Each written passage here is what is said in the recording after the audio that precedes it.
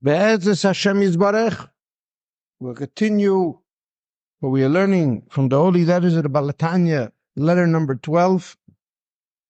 The Shir is L'schus for Shalema for Hinda Pasta Barafel.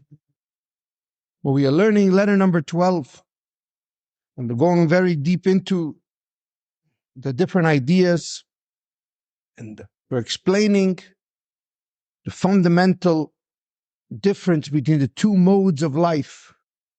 Either when you're superficially present, which means on the surface you only have activity, your mind and your enthusiasm and your heart are also elsewhere. We're explaining that when it comes to charity, even that alone is the purpose, because the whole world is in a puzzle. Everybody was made for each other. To understand this enormous idea that you're really here to give for another person. But even if you don't understand it, and even if you don't feel it, the mere idea that you connect with another person on an active level, an activity level, you fundamentally change the poor man. Because in order for the poor man to have what you have and to appreciate what he has, all you have to do is show up, just like in your own life. It's very good to have meditative eating. It's very good to bless God before you eat, and to have tremendous meditation, and to have mindful eating. And it's important not to overindulge.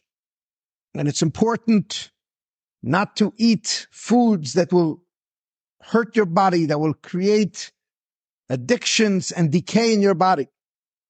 But if a person has resolved to eating healthy, and in those meals that he eats healthy, there's no mindful eating, meaning to say that while he's eating, he's not aware, he's not mindful of the spiritual intentions that you're supposed to have when you eat food.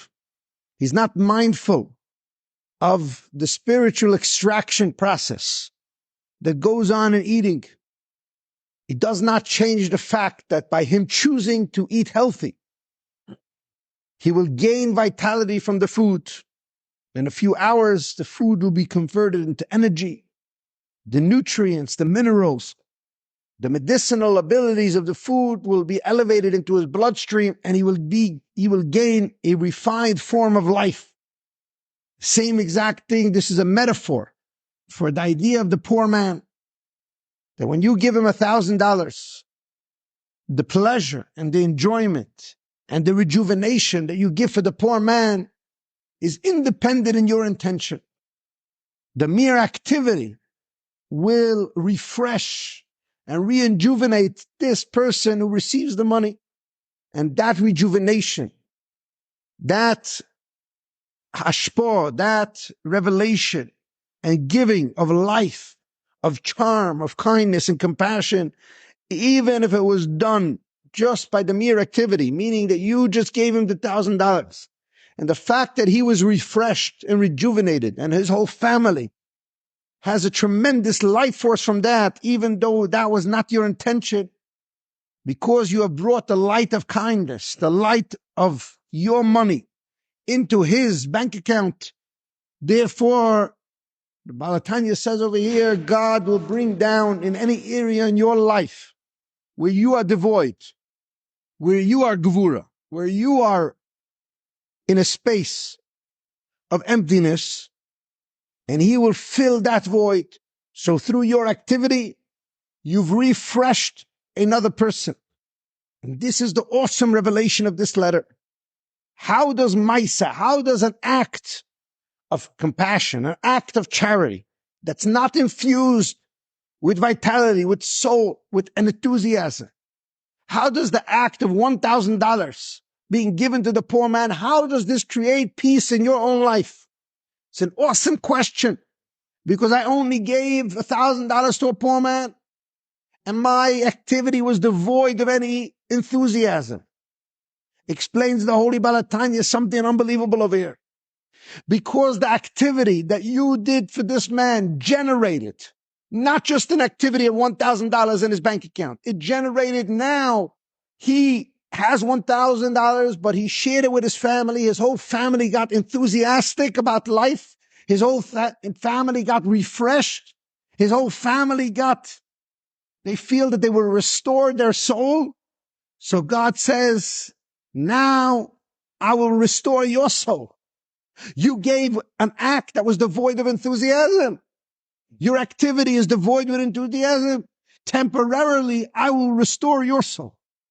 Temporarily, I will restore that your activities going forward should be peaceful. Your activity should be full of enthusiasm. And this is an unbelievable idea because you generated within a man something that you didn't even intend. God will generate the same thing in you even though you didn't work for it. And that is the awesome revelation. If you live a petty life, if you live a superficial life, that is your lot. If you're running after pleasures all the time, pleasures is going to be your life. There will be no meaning. There'll be no life force. There'll be no legacy. There'll be nothing. You won't be invested in something that will outlive you. You won't be invested in something real. But if you do kindness, even if your life force, even if your energy, enthusiasm is somewhere else, the mere activity of kindness, because it generates, even on a tiny level, enthusiasm in the person that's going to receive your charity, God says, I will restore you. I will regenerate you. I will give you what you're missing. Why did you give just active-wise? Why didn't you give with your full enthusiasm? Because you're poor in that area. So therefore, God says, I will give you peace. I will infuse you internally as well as externally. And that's where we come to this idea of avoidance tzedakah.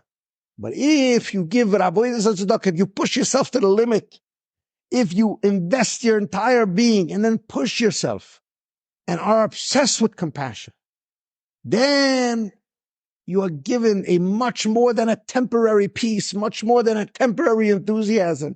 You're given the gift of the core of your soul being revealed in your body. You're given the gift of tapping into the harmony of the Messianic era. You're given the gift of tapping into an energy that usually people only get when they work many, many years of studying, of praying. But the hack and the secret of pushing yourself physically, which is to engage in compassion physically, which compassion itself is something that has not changed. Torah and Tefillah over the years has changed because people have changed. People have become more coarse, less intelligent than the previous generations, but the compassion has remained the same. The love for another Jew, to be able to give to another Jew, that has remained the same. And that is the awesome revelation that he shares with us in this letter. The idea that a person who pushes himself to the limit and gives compassionately, such a person touches a never-ending, everlasting tranquility. And over here we get to something, as we get in the next few days, we're going to finish up the letter, God willing. We've addressed most of the fundamental points of the letter throughout many different Sefirot that are from all the holy rabbis, from the Baal HaTanya and his son and his grandchild and all the Rebbes of Chabad that spoke about these concepts at length. And we've touched upon the key, crucial elements of this letter. And over here we get to one of the core elements of what he wants to describe in this letter. One of the secrets and the mysteries of the whole entire universe, which is to understand if there's 10 energies, 3 are intelligence, 3 are the heart, and 3 are the torso, the body that will convey the heart. If there's 10 energies, what is the reason that we say that the purpose of the world is compassion? And this is a tremendous idea to understand this in its entirety. Is what he really wants to explain in this letter. that there is, as we explained many times, there's right and left, starting in a person. There's many different levels we've gone through on this multifaceted journey of this holy letter of the Baal HaTanya, which we said there's soul and body, which is right and left, primarily soul and body. So when you look at yourself in the mirror, you see right and left. Your right side is your right hand, your right eye, your right foot, your right side of your brain, your right side of your heart. And then there's the left side, the left eye, left side of your brain, left ear, left hand, left side of your heart, your left foot. And then there's the middle. The middle is Das, Rachamim, Yesoid, and Malchus. The middle is all the same. You cannot see the middle. The middle is the core of who you are. The core of who you are, as the holy Kabbalists explain, is either the soul that's deep in your intelligence or the soul that's deep in your heart, the soul that's deep inside you, that's indescribable, or the soul that's hovering above you. And this soul comes out only certain times in your life that are you fully in touch with it. It has different descriptions in Kabbalah. Either it's called Yechida, or it's called the Etzem HaNefesh, the essence of the soul, or it's called the Chelek Elikami Mal Mamash, the part of God, the literal part of God that's above, that's in you. And the goal of right and left in your body is to make mixture in the middle. For the middle part of you, the core of who you are, to combine right and left. And the holy Baal HaTanya explains something unbelievable. He says your left side is your Bina, your Gvura, your Hoid, and your Malchus. And we talked at length about these four energies. We're going to go into it slightly more. Your right side is your Chochmah, your Chesed, your Netzach, and your Yesoid. So you have 4 and 4. Chochmah, Chesed, Netzach, and Yesoid. Bina, Gvura, Hoid, and Malchus. These are the two. Each one is opposing the other one. Explain the holy Kabbalists that is a mistake. The left is an amplified version and a container for the right. So really, even though there are spiritual energies, you're made up of 10 energies. You're not made up of 10 parts of your body. Before you have your body that has organs that convey these energies. As we've explained, we went very deep into this, that these 10 energies are all in your body. They're all over. They make up you. From the intelligence is primarily in your head. But even in your head, you have these 10. Even though your brain is primarily intelligence, but you're made up of all of these 10. We are explaining that these 10 energies, the right side reflects the soul. When you talk about Chochmah, Chesed, Netzach, and Hoid, you're talking about the soul. And when you talk about Bina, Gvura, Hoid, and Malchus, when you're talking about these 4 energies, even though the heart understands what they mean, we went into each one individually. That's talking about the body. Those are energies that are primarily related to the body. The body of wisdom is understanding. The body of love is feeling the love. The body of conquering, the body of wanting you is surrender. And the body of communicating intelligence, the body is the mouth. The body is the one who's going to actually express it. So there's soul and there's body, even in these energies. And in Kabbalah, it's called Oir and Kli. There's the light and there is the cup, the vessel that hold that energy. So when you just look at the 10 energies alone on their own, the feminine side, the left side, is the side of the body.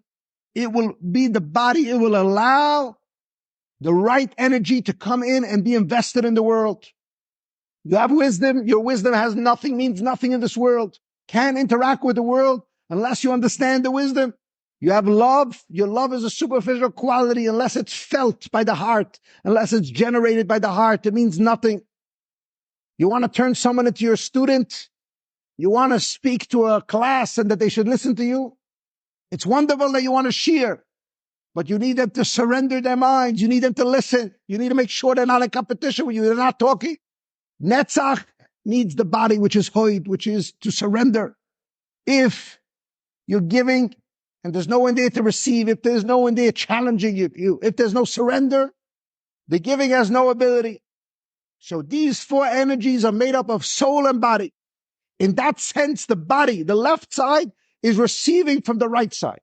But actually, it's receiving to allow the right side to reveal itself. It's challenging it, it's interacting with it, but it's allowing it to give itself over. And this is the tremendous point that he wants to bring out in this letter. The left side will always challenge the right side. Like an editor who challenges the journalist. The journalist writes 10,000 words, and the editor says, you got to cut them all out. We only allow 2,000 words in this article. And the editor will cut out all the non-essential things. And like that, the article will be ready to fit the print.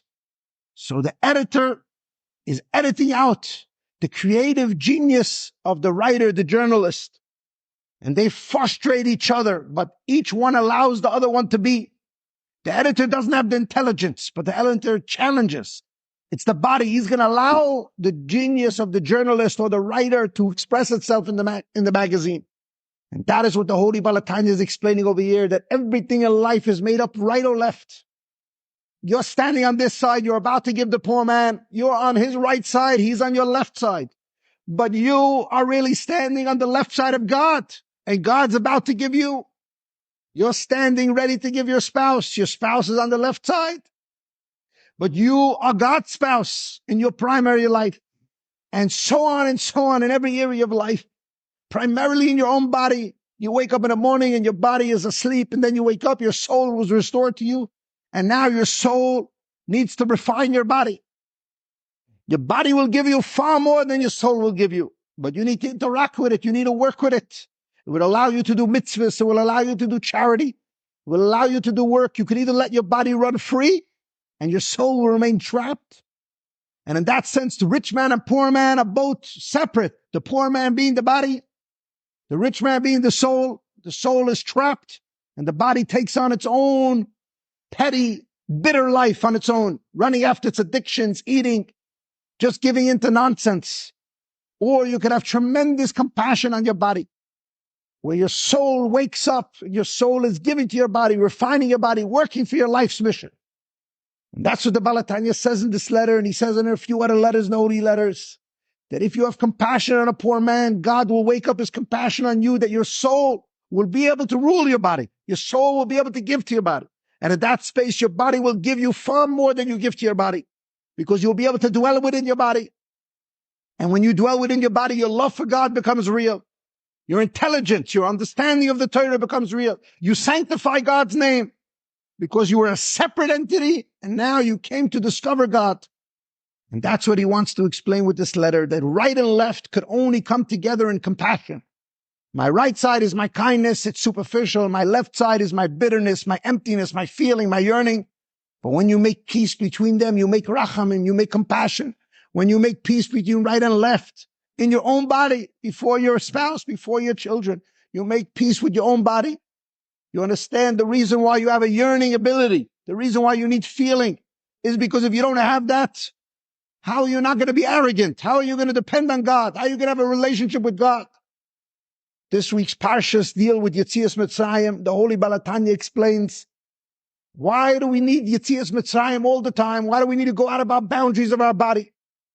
Explains the Holy Baal HaTanya, you would never have a relationship with God if you didn't need to constantly go out of Mitzrayim.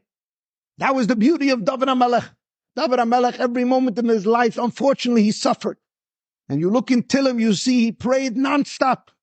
So all of his sufferings rebounded him, trampolined him to connect with God.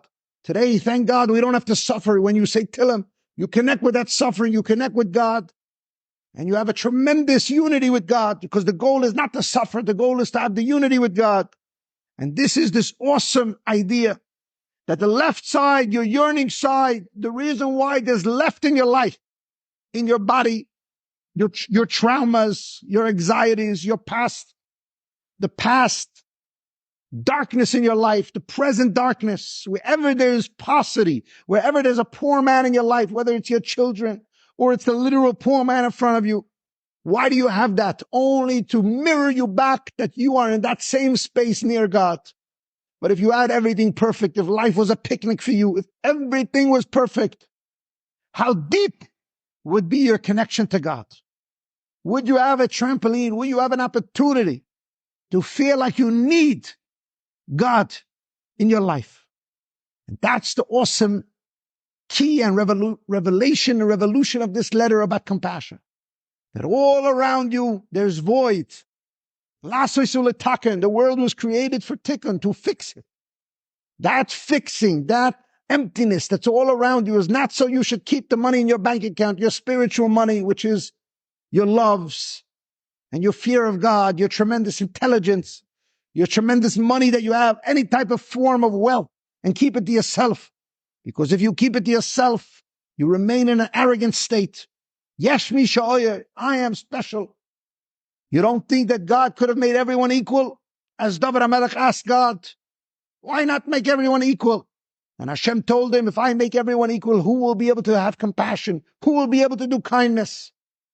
And the Holy Baal HaTanya says that is the purpose of life, to discover that each midah, each of the 6 energies or the 10 energies, each one was made for its partner. It was made for a zivug. And that is the awesome revelation. We say every single day has a partner. Sunday, Monday, Tuesday, every day has a partner. And Shabbos came and Shabbos said, who's my partner? And God said, your partner is the Jewish people. What does that mean? That means, ultimately speaking, you have right and left. Right and left were made for each other. The middle is what brings them together. The middle is compassion. We have our intelligence, which is Shabbos. Shabbos is the beginning of intelligence. Hashem created the world. Before the creation of the world, it was Shabbos. The first day of the world was Sunday, because the world was created in 6 days. 6th day, on Friday, Adam Rishon was created. Shabbos, he went straight into Shabbos, and then the 7 days started all over again. So before the world was created, the first day of creation was a Sunday. Before the creation of the world was a Shabbos, but there was no world. After Adam Rishon was created and he sinned, they went straight into Shabbos. So Shabbos represents the intelligence of the world. It represents the Torah. Every Shabbos, what do? We go back to God's intelligence. We lift ourselves up from the lowest Sefirot, from the lowest energy, the energy of Malchus, of kingship. We lift ourselves up from the mouth, from the lowest level, from the world of activity, we world in our business, and we go into the shul, we go into our homes, we transcend into intelligence. We all go into Torah and Tefillah. The whole entire week, we were involved in 6 energies of creation.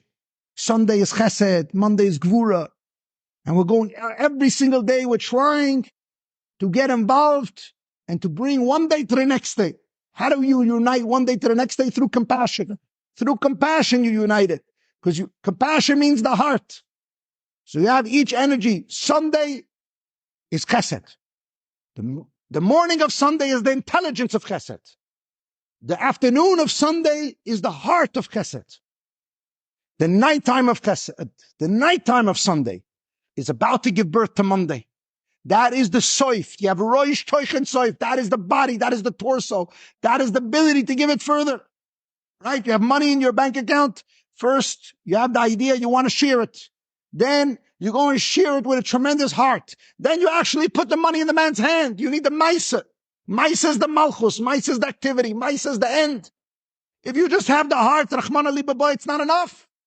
If you just have the Maisa, it's enough. That's the holy letter of this letter. If you just have the Malchus, if you just say the good word to the person, it's enough. It doesn't matter what you're thinking.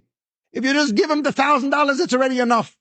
But what's the purpose? The purpose is the intelligence of Chesed.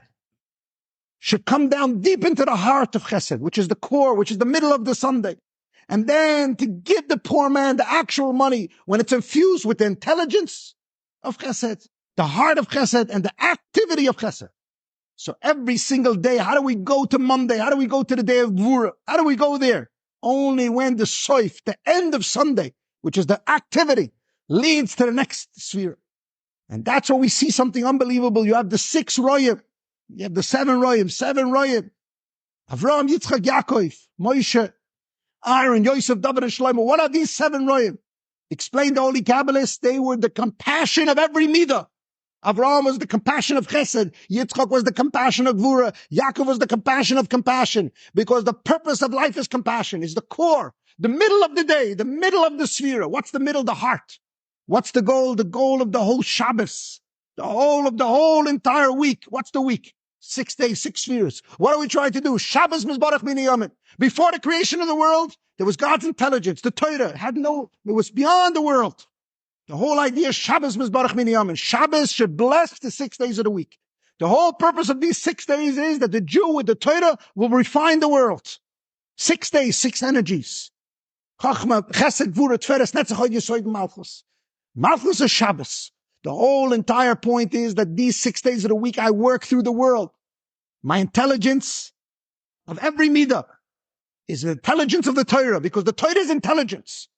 And I will work through these 6 days and bring the heart into the physical world. The heart of every single person will physically love each other. And then we get to the Messianic era. We get to the Shabbos of all the Shabboses. We get to even my limited Shabbos. Misha Torach B'Erev Shabbos. Whoever worked the whole week trying to refine the world with love and kindness. What happens in Shabbos is Aliyas Olam. It's Shabbos Malchus, the day that's empty. There's no work. That day is lifted up to intelligence. That day is lifted up to the Torah. That day is lifted up where there's only prayer, only recognizing God. So the Shabbos alone, the Malchus, the lowest day, the day of emptiness, there's only activity. We only eat. We only being present in shul. We're not doing no work. The Malchus is lifted up to Chabad. It's lifted up to Chachma bin Adas. It's lifted up to before the creation of the world, which is the Eibish's Torah. Now we see the purpose. We see the purpose of the whole entire 6 days of the week was to get to Shabbos. Shabbos is the purpose of life. The purpose of life is that all the work that I did, refining my material, I get back to Chabad. I go back to God's intelligence. Just like God's created, just like a painter who's painting every single day, he paints a little bit more. And then on the 7th day, he rests. All of the painting comes back into his mind and he appreciates it. So too, God's mind is the Torah. And on the 7th day, he rested. And our 7th day, we rest. And the 7,000th year, we're going to rest. We are going to have the tremendous revelation of the compassion, the way it's going to be revealed in the 7th year.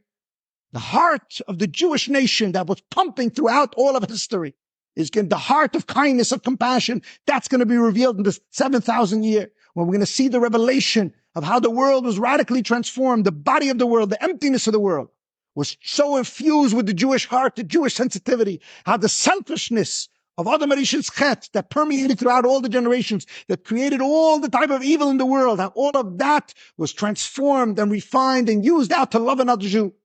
And that is ultimately the Sheva Royim, the 7 Royim, where each one was a different Sefirah, but they were the compassion of that Sefirah.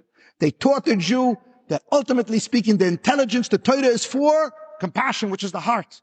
So the whole idea is the intelligence of God should go deep into your heart and you should love Him. And the whole idea of your heart is that your heart should go down deep into your torso, so you should be able to give your heart to another Jew. You should be able to give your heart, your real infinite love to your spouse, to another person. That is the purpose of life. And that is what we are accomplishing with refining these spheres, these days of the year. Each day in your own private life, but each day in the cosmic consciousness of 1,000 years. That we have, first day is a chesed. First 1,000 years was chesed. Second was gvura, then is rachamim. And now the whole goal is to bring rachamim into netzach hod yisoid malchus, which malchus is Shabbos. And we do that in our own private life, which the goal is, there's Torah, and there's avoida, but the goal is milas chasodim in a way of compassion.